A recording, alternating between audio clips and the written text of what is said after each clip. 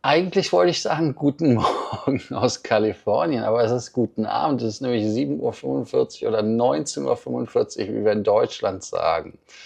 Ja, was ist passiert? Das Hotel hat auf einmal von SoCal keinen Strom mehr bekommen und damit hatten wir dann quasi Power Outage. Klimaanlage tot, Aufzug tot und natürlich Interweb tot und damit war ich dann im Popo. Ja, dann hatte ich überlegt, was machst du? Machst die Sendung? Hatte dann auch mal kurz. Aber ich habe für euch die Sendung jetzt frisch gepresst und ihr könnt sie Samstagmorgen jetzt frisch sehen. Und zwar die Themen, die wir haben. Global Airlines wird doch nicht vielleicht so eine geile Fluggesellschaft werden. Die machen das, was Highfly gemacht hat, machen quasi so einen Bedarfsverkehr, also Charter. Dann haben wir Boeing, die haben die Anleger überrascht mit der 737. Weiter geht es dann mit den Freunden natürlich von Boeing. Die haben auch noch Neuigkeiten zur 737 MAX 7. Will ich so machen? 7, so, egal wie. Und MAX 10, das ist einfacher. Weiter haben wir dann nochmal die LOT. Die haben auch neue Flugzeuge, die sie haben wollen. Da spielt wieder Boeing eine Rolle. Oder nicht? Oder Airbus oder Embraer? Wir wissen es nicht. Sagen wir, gucken uns genau nochmal an.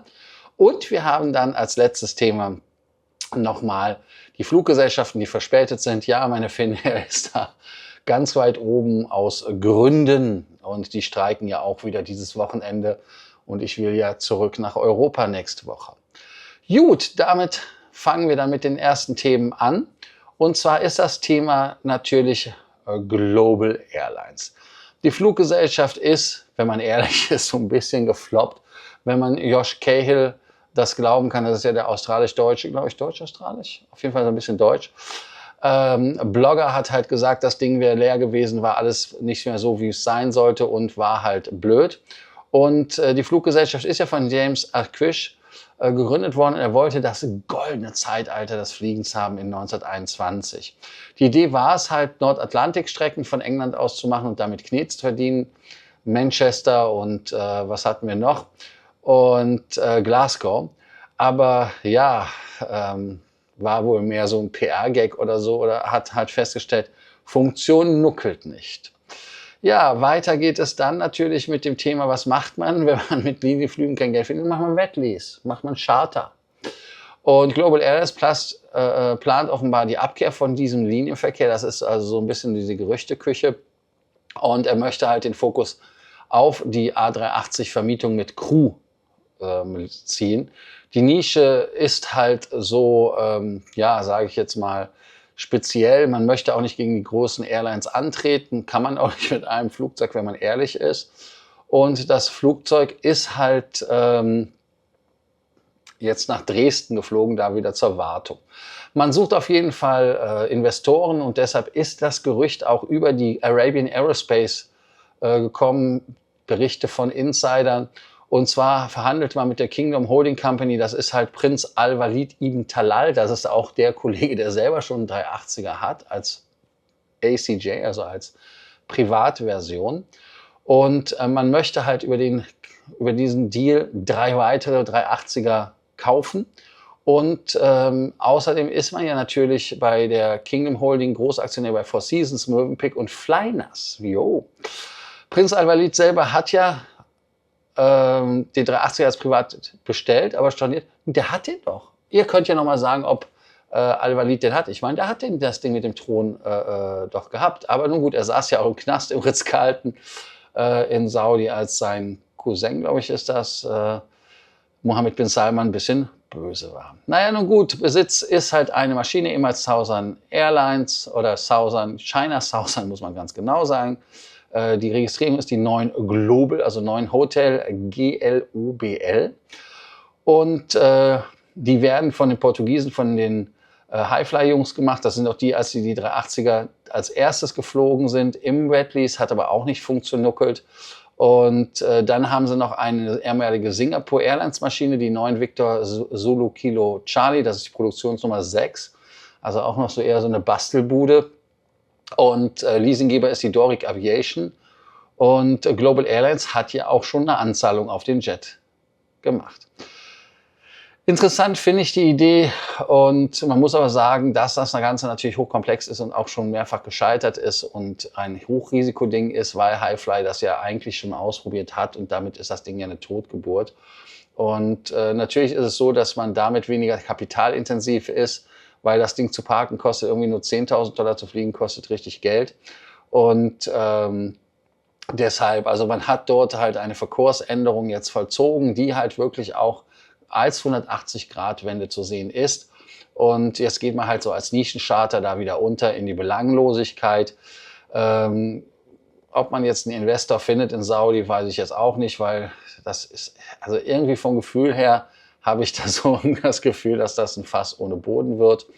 Und das Marktpotenzial für so einen 380er überschaubar. Überschaubar. Also selbst wenn große Fluggesellschaften da die Finger davon lassen, dann würde ich mir immer da Gedanken machen.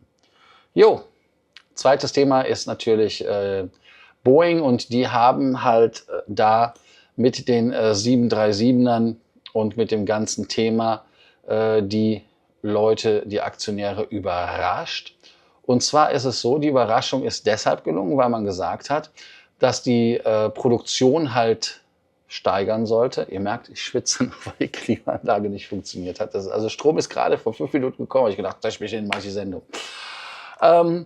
Es ist halt so, dass man dort gesagt hat, dass man die Produktion steigern möchte. Die Börse hat direkt mit einem Plus von 5,4% reagiert und das sind über $212 Kursanstieg. Und das ist der höchste Stand seit Februar 2024. Schlusskurs war immerhin noch mit 2,3% im Plus. Und die Boeing gehört natürlich zu den Top-Werten im Dow Jones. Wichtig ist, keine Börsen-News von mir, keine Kaufempfehlungen von mir, sondern einfach nur eine ganz normale Beobachtung der Situation. Die Produktionspläne für die 737 MAX sind genau das, was ja das Spannende ist, weil man dort die Produktionssteigerung auf 47 Flugzeuge im Monat hat, denn im Moment werden ja 38 Flugzeuge nur produziert, sind also nach Adam Riese 9 Stück mehr. Ende 2025 soll dieses Ziel erreicht werden. Gavin Parsons von der UBS, das ist ein Analyst, der sagte, Ankündigung kam überraschend positiv. Erwartungen der Investoren sind damit bei weitem übertroffen und man hat damit dann auch nochmal Vertrauen in die Nachfrage, aber auch in die Produktionsstabilität gegeben. Heißt also, da ist bei Boeing wieder Weg nach oben und Luft nach oben gekommen. Die Bedeutung ist wichtig, weil natürlich der große Auftragsbestand der 737 MAX-Bestellung, auch davon von Lufthansa einige, abgearbeitet werden musste. Man muss auch die Verluste der letzten Jahre natürlich wieder ausgleichen. Man muss wieder Geld einnehmen und nicht nur Geld verbrennen. Und die Qualitätsprobleme, die Lieferkettenverzögerung, aber natürlich auch die Nachwirkungen der Abstürze der 737 MAX aus 2018, 2019. Also da seht ihr mal, wie lange das schon wieder her ist. Und damit ist es halt wirklich so, dass man da halt auch ein Tal erreicht hat. Und vielleicht ist das jetzt die wirkliche Talsohle. Und damit ist es halt so, dass die Vertrauen der Airlines und der Investoren halt gestärkt sind. Boeings Wettbewerbsposition gegenüber Airbus wird natürlich auch damit verbessert. Aber man muss natürlich dort schauen, was die FAA dazu sagt. Weil man muss hier auch ehrlicherweise sagen, dass die Freunde von, von der FAA natürlich, ich weiß nicht, ob die da im Boot sind, ob die bei Boeing gesagt haben, ja, also ihr könnt das gerne machen, das ist alles tipptopp. Oder man sagt, ja, nee, eher nicht. Das ist etwas, was ein Problem darstellt. Also insofern kann man das natürlich so nicht ganz abschließen. Was man auch noch mal interessanterweise feststellen kann, ist ja, was ist denn mit den Buden los, die Registrierung, also die Zulassung nicht haben, die 737 MAX 7 und die MAX 10. Und die sollen halt wirklich noch 2025 zugelassen werden. Sie müssen ja auch noch 2025 zugelassen werden. Also auch wieder ein spannendes Thema, was wir mit den 737 MAX 7 und 10er haben. Heißt also, die 7er ist ja das Einsteigermodell, die kleinste Version, und die 10er ist halt die größte Version. Und die beiden haben halt noch keine Zulassung. Und Kelly Ortberg ist halt wirklich dort optimistisch, dass beide Typen zugelassen werden dieses Jahr. Die Zulassungsabschluss ist halt eine kurzfristige Priorität, das zitiere ich von ihm. Und ja, man kann jetzt nicht ganz so sagen, dass die 737 MAX 10 ein 321 Neo-Killer ist oder sowas, oder da halt insofern, also Neo irgendwas ist. Aber man muss natürlich sagen, dass diese Flüge schon relativ nah kommen. Aber die 321er fliegt halt schon etwas weiter. Also das muss man da der Ehrlichkeit halber sagen. Und man muss natürlich auch sagen, dass man ja wirklich sagt, dass die Flieger da am Ende des Tages auch ganz andere, ich sag jetzt mal, Aufgaben haben. Die 321er Neo, die XLRs, die fliegen ja noch wesentlich weiter. Man könnte jetzt natürlich auch so einen Tank noch einbauen, aber ja, die 737 MAX oder die 737 grundsätzlich ist in meinen Augen schon weg also die ist ingeniert. Da ist nichts, was in meinen Augen noch ist. Alleine der Großauftrag von Ryanair hat 160 Festbestellungen oder 150 Optionen für die MAX 10. Die ersten 15 Maschinen sollen halt bis 2027 ausgeliefert werden. Dann kann Ryanair auch weiter wachsen oder auch alteres Fluggerät loswerden. Und man muss halt wirklich da sehen, dass da im langfristig bis Ende des Jahres sollen halt 47 und dann sollen sogar 52 Flugzeuge kommen. Und man will damit halt den Auftragsüberschuss abarbeiten. Könnt ihr ja ausrechnen, wenn man 52 Buden baut pro Monat, dann wäre halt nach 3 Monaten Schluss, beziehungsweise nach einem halben Jahr Schluss, wenn man alle Ryanair-Maschinen ausgibt. Aber die Bestellungen dafür sind halt wesentlich höher für die Maschinen. Also hier gute Nachrichten. Ich muss hier jetzt auch wieder mit dem nächsten Thema weitermachen. Wir sind ja zu lang schon bei Boeing, oder? Also, damit gehen wir dann weiter zum nächsten Thema, nämlich zu dem Thema LOT. Denn wie ist es bei der LOT? Die LOT ist flott. Die haben ja noch Embraer und die haben ja auch noch, haben die noch die 737er? Ich meine, die sind weg. Aber die müssen halt diese Flotte ersetzen, weil sie halt wirklich da diese Boeing 7, nee, die haben noch MAX, Entschuldigung, die haben 737 MAX, klar haben die MAX. Und die Embraer, und die müssen halt ersetzt werden. Deshalb ist es so, dass man natürlich dort die 737 MAX nicht weiter nimmt. Also das wurde ausgeschlossen, dass man die nochmal bestellt. Damit ist Boeing halt raus. Und damit gibt es dann nur noch 2, das ist Airbus und auch Embraer. Wenn man sich die Embraer E2 anschaut, was ja Finnair auch anscheinend macht, dann kommt nur noch als Alternative nämlich der Airbus 220, also in der 100er oder in der 300er Version. Und man kann jetzt beide Flugzeuge mal sich angucken, dass die A220er haben natürlich Lieferung ab 2027, aber man hat bei Airbus schon für LOT Kapazitäten blockiert, dass sie halt bedient werden können. Also die haben da nicht das Problem. Airbus nennt das Paket aggressives Angebot, Kapazitätsvorteil gegenüber den Embraer. Heißt also, der 220-300er bietet mehr Sitzplätze, hat auch dann natürlich das Potenzial, wenn mal der A220-500 kommt, dass man damit dann natürlich etwas zukunftssicherer ist. Und klar, die Lufthansa hat ja die 220er und hat da auch bestellt.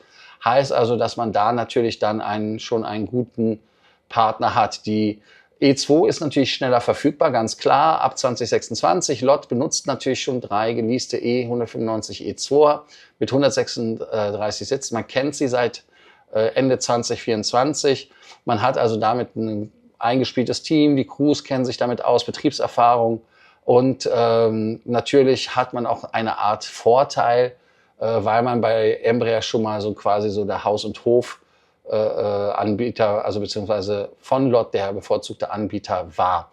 Ziel ist es natürlich, dass man im europäischen Markt wachsen will und die Flotte modernisieren möchte. Und Hintergrund ist auch natürlich, dass der neue Flughafen, der westlich von Warschau gebaut wird und den Chopin Airport ablöst, dass dieser natürlich dann auch mehr Flugzeuge braucht und die 40 Millionen Passagiere mit der Ausbaureserve sollen natürlich benutzt werden. Argument ist natürlich auch ganz wichtig, wenn LOT halt nicht expandiert, wer kommt? Schreibt es unten, aber ich sage euch, es ist Lufthansa. Also das heißt, man hat damit jetzt die Entscheidung für die Con-Flotte in den nächsten Monaten auf der Agenda. Wichtig ist auch, dass Airbus da mit einer zeitnahen Festlegung rechnet. Wichtig ist auch, LOT natürlich dort jetzt richtungsweisend tätig wird, weil wenn man sich weiter auf die Embraer oder auf die Airbus dann konzentriert, ist natürlich auch spannend, dass man dann vielleicht eventuell auf eine reine Airbus-Flotte geht Man hat ja mit den 737 MAX eigentlich gebrochen, man war da gar nicht so happy. Airbus punktet halt wirklich mit Kapazität, Wachstumsperspektive und strategischer Einbindung, wobei man natürlich bei Embraer nicht die Liefergeschwindigkeit außer Acht lassen muss und darf, weil natürlich da wesentlich mehr Flugzeuge schneller geliefert werden können. Man hat da also nicht diese Nachteile. Der Ausgang wird stark beeinflusst natürlich durch die lange Strategie und durch den Mega-Airport in Polen. Ich bin da mal gespannt. Wird für den einen oder anderen natürlich auch interessant. Jetzt geht es natürlich darum, welche Fluggesellschaft war in 2024 mit meisten Verspätungen und Stornierungen unterwegs. Die Top 20 nach Verspätung, und Verspätung ist alles, was größer als 15 Minuten ist, also diese 5, 10, 12 oder 13 oder 14 Minuten zählen nicht, ist erst ab 15, hat TAP Portugal mit 37,14 die ganze Geschichte mit 37,14% gewonnen. 15.615 Flüge von 42.047, wobei natürlich damit jeder dritte Flug verspätet war. Also Negativrekord. Air France 22,65, dann Swiss 22,47, nicht weit weg, also die Nummer 3. Wobei die Schweizer natürlich doch schon eigentlich da doch präzise waren, eigentlich. Finnair hat eine Verspätungsquote von 20,95, dann Ryanair 2073, die sind alle so um die 20 bis 19. Jetzt die ich nenne EasyJet, KLM und dann Buzz Air, auch von Ryanair ist bei 17,41, British Airways hat auch nur noch 16,91, Vueling hat dann 16,71. Und Lufthansa, Aer Lingus, Norwegian, Aegean, ITA Airways und so weiter teilen sich die Plätze 11 bis 20. Wizz Air war am pünktlichsten mit nur 10,23% Verspätungen. Die Stornierungsquote, da ist der Spitzenreiter Finnair, die haben eine Stornierungsquote von 3,35, heißt also 1448 von 43.000 Flügen storniert. Andere haben 2,04 mit KLM, die anderen sind bei 1,58, British Airways, Aer Lingus bei 1,29, Swiss nur bei 1,29 und dann geht das weiter. An Platz 7 ist die Lufthansa mit 1%.